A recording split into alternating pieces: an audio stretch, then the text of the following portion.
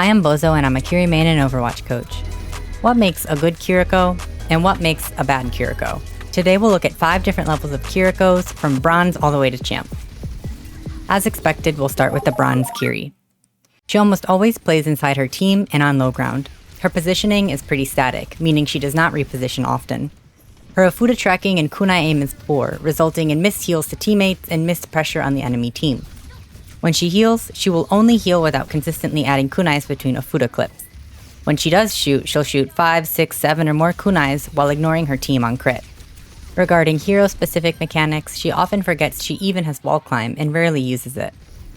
The bronze Kiri Suzu usage is also not very thoughtful, usually used early or unnecessarily and used as a burst heal instead of an invulnerability tool. When this bronze Kiri pops Kitsune, she W keys and only does damage walking in front of her tank. Her tank is healthy, so the damage is fine, but walking forward does 2 things. First, it's naturally a less safe position for her than before when she was playing around a corner, albeit loosely, and LOSing high ground. But second, by walking in front of her teammates, she loses sight of her Sigma's HP bar and cannot make the best educated decision of whether to heal or do damage. This is an example of tunneling, one of the most common mistakes in low ranks. Doing one thing only for too long and not constantly multitasking. Next, let's look at the gold Kiri. We already see an improvement in Afuda tracking and kunai aim, but weaving kunais between heals may not be consistent or accurate, and she still has a habit of tunneling on a target, whether it be to heal a teammate or to secure in a limb. As for Suzu usage, the gold Kiri Suzu usage is not very optimal. While some Suzus are very intentional and valuable to the team, a significant portion are still mistimed or used unnecessarily. The gold Kiri also mostly plays inside her team and may take angles and height occasionally, but not consistently. The gold Kiri usually also struggles to get good value out of her Kitsune, either placing it too aggressively or too passively, popping kit after a fight is already won or lost, or the most common offense, not using Kitsune at all. This Kiri here still has issues with her micro, such as cleansing unnecessarily or taking too long to react to burning by TPing to cleanse. Overall, though, she is beginning to multitask and looks comfortable with more of her kit than the bronze Kiri. Looking at positioning, in the second fight she actually starts the fight on height, which creates a slight off angle from her team. Though it might not be the best angle necessarily for this fight, you usually start to see some positional variety and some occasional experimentation with angles around gold or plat. Moving on to the diamond Kiri. She takes angles and height much more consistently than a gold or plat Kiri and understands the importance of applying pressure from angles. But she might not have the best timing on her angles or might not choose the best possible angle to provide max value to her team. The idea to take angles might be there, but the execution is still lacking. Go too early and she draws too much attention, gets her resources forced and risks dying, and go too late and she's forced her team to start the fight without her offensive pressure and her resources, essentially fighting a 4v5 as she sets up. When she takes duels, she is confident and might be familiar and comfortable with some but not all hero matchups. When dueling, however, she may force the 1v1 when it is not necessarily an efficient exchange of attention and resources. That means she takes a 1v1 when she would get more value out of helping her team.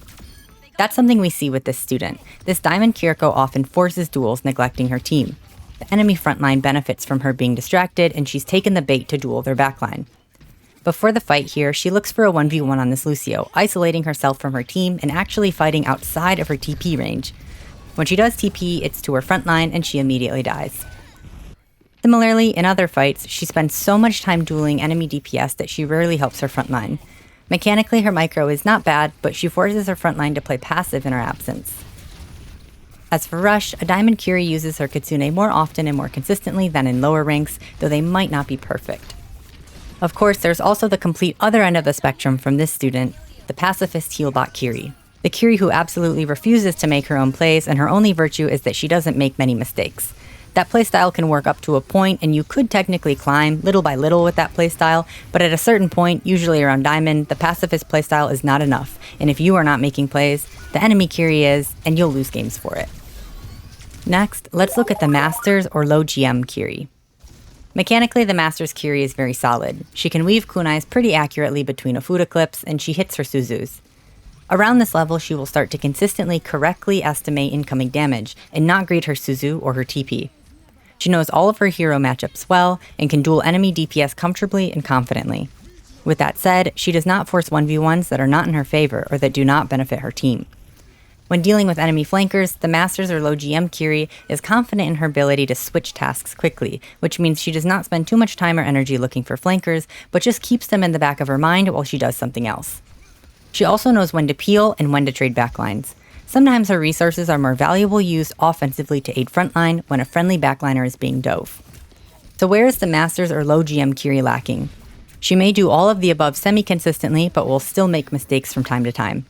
This is especially true when something unexpected happens and her prediction of the fight is wrong, meaning whatever plan she had for that fight no longer works.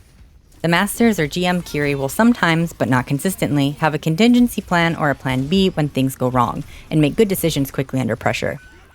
Lastly, the Kiri at this level usually starts to develop an understanding of the current advantage at any point in the mid-fight, the ebb and flow between the two teams. When to kite, when to push, when to ult, when to reset, when to look for a trade, and so on. However, they still sometimes misjudge the fight and make mistakes that cost them fights and games.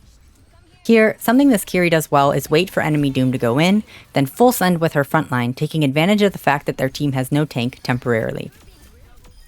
Here though, a mistake she makes is not setting up on an aggressive angle earlier to support her Genji and Blade. While her TP to reposition for LOS of her Genji is a good idea here, it is too late. It is a reaction as opposed to a prediction. She should have TP'd to him before he bladed, when he was on height. She can do everything she's doing currently from that height, and she can help him when he blades. Part of predicting the fight is not only predicting what your enemies will do, but also what your allies want to do. Now, onto the Champ Kiri player. Before I say anything else, let me say this first. The Champ support player knows when Kiri is not the best hero for her team or for the map, and will not force her. But when they do play Kiri, they have all the skills in the Masters or low GM tier, but even more consistently, and make less mistakes. The Champ Kiri is deeply comfortable with everything about the hero and the game in general. She has enough playtime to have mastered every hero matchup, every comp, every map, and can adapt appropriately and quickly as any of these things change. Both her understanding of the game is at an extremely high level, as well as her actual gameplay, and the ability to make the best decisions under pressure. Something you'll see pros and high-level players do is extremely aggressive TP plays, flank kitsunes, and so on. Very high risk, very high reward plays. These Kiris are the best of the best. They make few mistakes and therefore minimize the risk they take in their usual gameplay loop. Instead, most of their risk is invested in high reward plays. The Champ Kiri's game sense and understanding of the fight is very accurate, so they know when to make the big plays. In this clip, we see Violet has used his Suzu already and cannot save whoever the Sig has fluxed. Instead, he goes for a trade on the Brig and ends up getting the Ana as well. With both healers down, Crazy Raccoons have lost this fight. Violet's play here won his team the fight. Mid-fight decisions like this are what separate good Kiris from great Kiris. Before I go, I want to thank everyone who submitted codes for this video. I couldn't have made this video without you all, even if I wasn't able to use your code. If you guys are curious to see more Kiri gameplay at each level, check out my channel where I post coaching session VODs for all ranks. And if you're interested in coaching, my coaching form is in the description below. If you've made it this far, thanks for watching, and I'll catch you in the next one.